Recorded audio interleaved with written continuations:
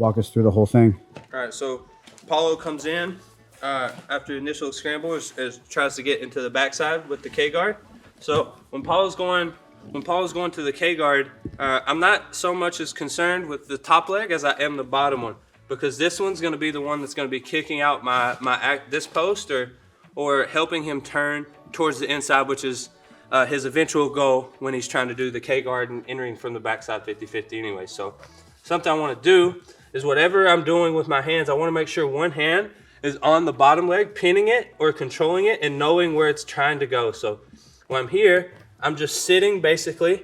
I'm sitting my hips on top of his hips and I'm pinning his bottom leg with one of my hands, okay? So when I'm here, what I'm gonna do next is depending on what they're gonna do with their leg. If they kind of keep their leg or their shin in front of your hips here, like Paulo did, I'm gonna look to like switch my grip enough to where I could post and get the toes on the inside of my armpit. So when I go here, the initial reaction from them 99% of the time is going to be to cross and protect their feet, because if they don't and they just let you sit basically with an inside heel hook on top of their hips, their leg's going to snap in half for sure, guaranteed anyway. So when you're here, okay, and you want to attack this inside heel, keep in mind that they're going to cross their feet very quickly, okay? So when you guys are going for it, don't exactly sell out on the heel hook just yet.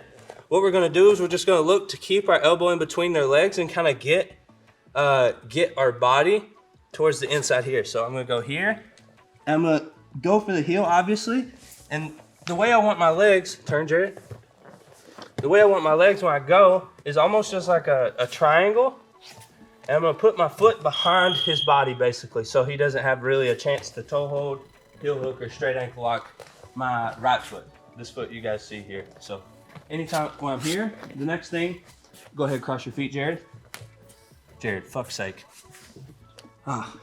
Two ways to cross your feet. So here, all we're going to look to do is kind of get our elbow on the inside and then use kind of either under like a scoop grip or a grip on the toes. I like the scoop grip because you can kind of pull and move the leg a little bit better.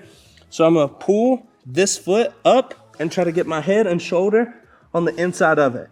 What that's gonna do is it's gonna keep him from being able to protect his other leg with this leg now. So when I go, I'm just gonna pinch with this elbow, and instead of turning, because if I turn, he's just gonna turn with me. So if I go to like do this, he's just gonna go with me. Go back, Jared. But if I stretch his leg out and push my hips into it, here, as soon as I touch the heel, basically, he's gonna have to tap, because when you guys are pushing your hips in and you're stretching the leg out, it's like, it's just putting the most tension in the leg and taking all the slack out of it possible. So when you go here, my hips are in, my knees are open, and my body is like connected to the leg. So that's why sometimes when I get heel hooks in competition, they tap as soon as I touch it. It's because of the position of my hips. So here, and then just hip in and scoop it there. So one more time. Here. They go to enter. I'm immediately pinning the bottom leg. So I'm just gonna look as soon as I can to get a grip, and then basically like an anchor on this bottom leg here. So now I'm gonna wanna look to kind of pass this off so I can get my elbow on the inside, okay? So go ahead, Jared, put that shin across the hip. Here, if they keep it too low, if they keep their shin like too low in the knee, you would just pummel and kind of try to pin the legs and circle here. But what's gonna happen most of the time is they're gonna bring their knees in, but they're still gonna try to keep their foot hooked, okay? So it's just gonna put it in position. And then if you guys are having if they are giving you like a little bit of different pressure there, when you guys are pinning the leg, you can take your free hand, which would be the outside one in this case, cup the inside of the shin like this here, and just kind of pull it across to put it in your pocket there. So one, here, and then get to the inside. So like I said, what's gonna happen here is they're gonna, Jared.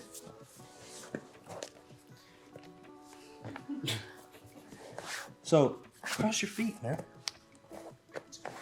I'm crossing my fucking feet. That one was for me.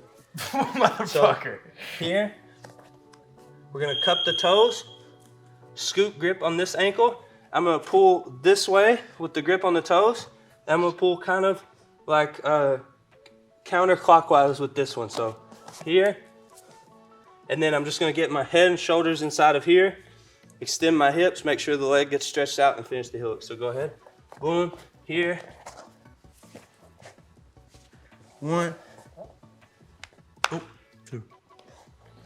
Now go back to back up a couple steps. Go ahead and set it up again. Just got a question. They go over. You sit. Their goal is to get this knee right. This knee sucked inside their knee line.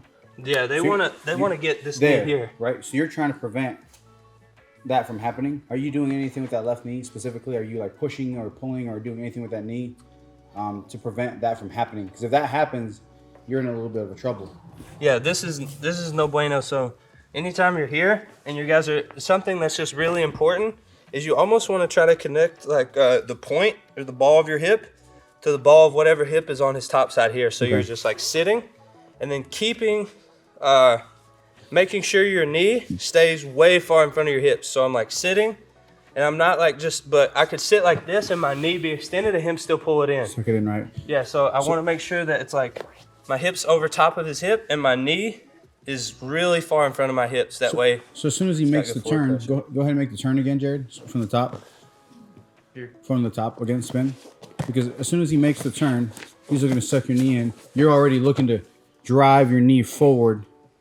So you want to let the knee kind of have like that forward momentum, but you want your hip over top of his hip. So it's kind of like it's not a push pull, but it's like counter pressure. So I'm sitting, my hips are on top and they're kind of coming backwards, but I want my knee being driven forward or having pressure going forward. That way it's harder for him to suck it in. And as you're controlling the foot. So those are the two things that's going to keep you safe, basically, initially. Like as soon as he spins, those are the key markers you're looking for, is the knee being out of that line, control of this foot, correct? All right. And something that'll help too initially is anytime that they go and you can't reach the foot initially at first is getting a thumb block or a post on the hip itself. So go ahead, Jared. Okay. If I can't reach the leg, I'm just going to kind of try to post on the hip to until I can get where I need to be here. I see. And what are some options if you're not, like you're an extremely proficient leg locker, right? What if you're not, you know what, actually, you Let's say you don't like leg locks, or maybe you don't want to chase them. Let's say, what's another option maybe to just get ourselves out of trouble, and then maybe get top position and get into a passing position? What do you think? What would you recommend are the options from there?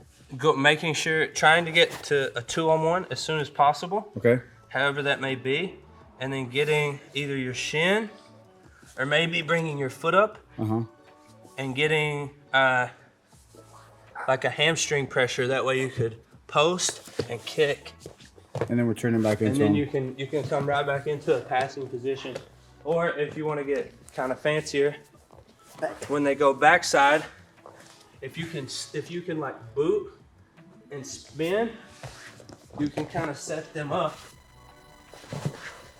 for back take stuff. So back take. Yeah.